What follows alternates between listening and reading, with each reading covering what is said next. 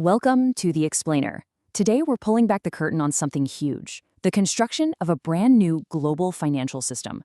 We're going to look at the blueprints, the builders, and even the raw materials being used to completely rewire how money moves around the planet.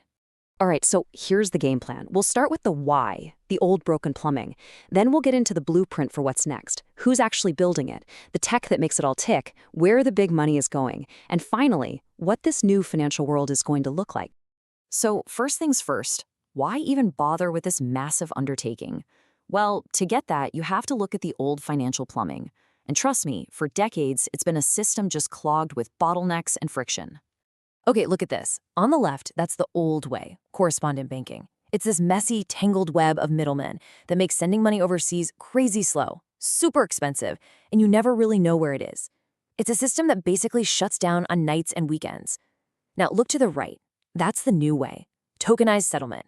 We're talking fast, seconds, not days. Cheap, totally transparent, and it never sleeps. It's on 24/7.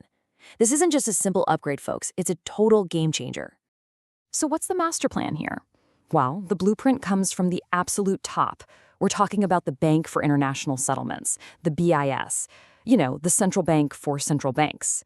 And their grand vision? They call it the Finternet. The idea is pretty simple, but it's incredibly powerful. They want to create a network of networks for finance. Just think about it. The goal is to make any kind of value, dollars, stocks, even a piece of real estate, move across all these different financial systems just as easily as an email zips across the internet today. Seamless. And the absolute core of this Finternet, it's something the BIS calls the unified ledger. The best way to think about it is like one single digital space where everything, and I mean everything, for a transaction lives together. The money, the asset, the proof of who owns it, all interacting in the same place at the same time. Now, how do they do that? The magic word is tokenization. All it means is creating a secure digital version, a token of a real-world asset.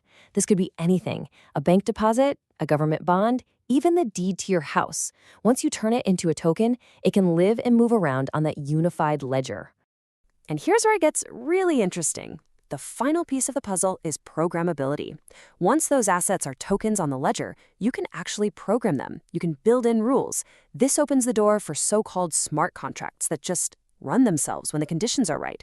This is going to create levels of efficiency we've never seen before and unlock financial products that we can't even imagine yet. Okay, so we've seen the blueprints. Now let's put on our hard hats and head to the actual construction site. Because this isn't just a theory on a whiteboard anymore. This is a massive real-world project, and it's called Project Agorá.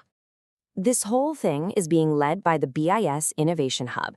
And yeah, Project Agorá is way past the concept stage. They are actively building and stress testing the prototype for this new global financial plumbing right now. And get a load of who's on the construction crew. We're talking 7 of the most powerful central banks on the planet. The Fed, the Bank of England, the Bank of Japan, you name it. And they've brought along dozens of the biggest private banks in the world. This isn't just some think tank. This is a team with some serious muscle. So what's the big goal here? The BIS puts it pretty clearly. They want atomic settlement. That's a fancy term for a simple idea. The money and the assets swap hands at the exact same time, and it can't be reversed. No more 3-day waiting periods for a payment to clear. We are literally talking about shrinking transaction times from days down to mere seconds. Okay, any good architect knows you need universal plumbing, right? A standard way for everything to connect seamlessly. Well, in this Finternet, that crucial piece of plumbing is called the Interledger Protocol, and it's basically the system's universal translator. The beauty of this protocol is that it doesn't care what system you're using. It could be a private bank ledger talking to a public blockchain. It just doesn't matter. It acts like a neutral middleman, using clever cryptography to hold everything in escrow until the deal is done. This guarantees that the swap happens atomically. Either the whole thing goes through perfectly or nothing happens at all. It's a totally risk-free way to translate value between any 2 networks. Now, this is the part that should really make you sit up and listen. This analogy, which comes straight from a memo to the SEC, says it all. The Interledger Protocol is to money what TCP/IP was to information. Remember TCP/IP? It's the set of rules that built the internet we use every day. Well, this is the same idea but for value. It's the foundational rulebook that could finally create a true internet of value. Okay, so we have the blueprint, the Finternet. We have the worksite, Project Agorá. But what about the building materials? What are they using to connect all these different currency systems? A system like this needs a fast, neutral bridge asset. And if you follow the money, the institutional money, you'll see a key asset is being positioned for exactly this role, XRP. The data coming straight from the blockchain tells a pretty incredible story. In just the first quarter of 2026, right as this new system started to go live, the institutional volume for cross-border payments on the XRP Ledger just exploded. We're talking a 210% surge. And listen, this isn't everyday folks speculating. This is real utility-driven volume. It's the big players using the network for exactly what it was built for. So how are these big institutions getting in on the action? A huge piece of the puzzle was the launch of regulated ETFs. Think of these as a safe, easy on-ramp for the big money to get exposure. And it's working. We've already seen over $1 billion pour into these things. That's a massive signal. And this isn't slowing down, it's speeding up. A recent survey just came out, and get this, 1 out of every 4 institutions plans to get exposure to assets like XRP this year. Let that sink in, 1 in 4. The smart money is absolutely getting into position right now. And we're not talking about some niche opinion anymore. This is mainstream. Look at this quote from the head of digital assets at Standard Chartered. He's saying what we're seeing. The big global banks aren't looking at XRP as some speculative bet anymore. They're seeing it for what it is, essential infrastructure, the plumbing for the next generation of finance.